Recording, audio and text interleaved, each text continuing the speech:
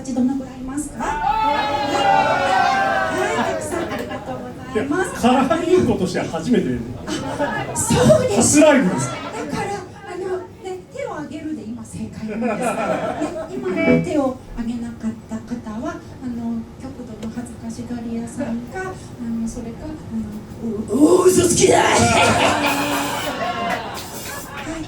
そんなわけで私たちこのメンバーはもう今日この日のためだけに結成されたなので、このもう半年ほどですねもうこの日のために練習を頑張り衣装を揃え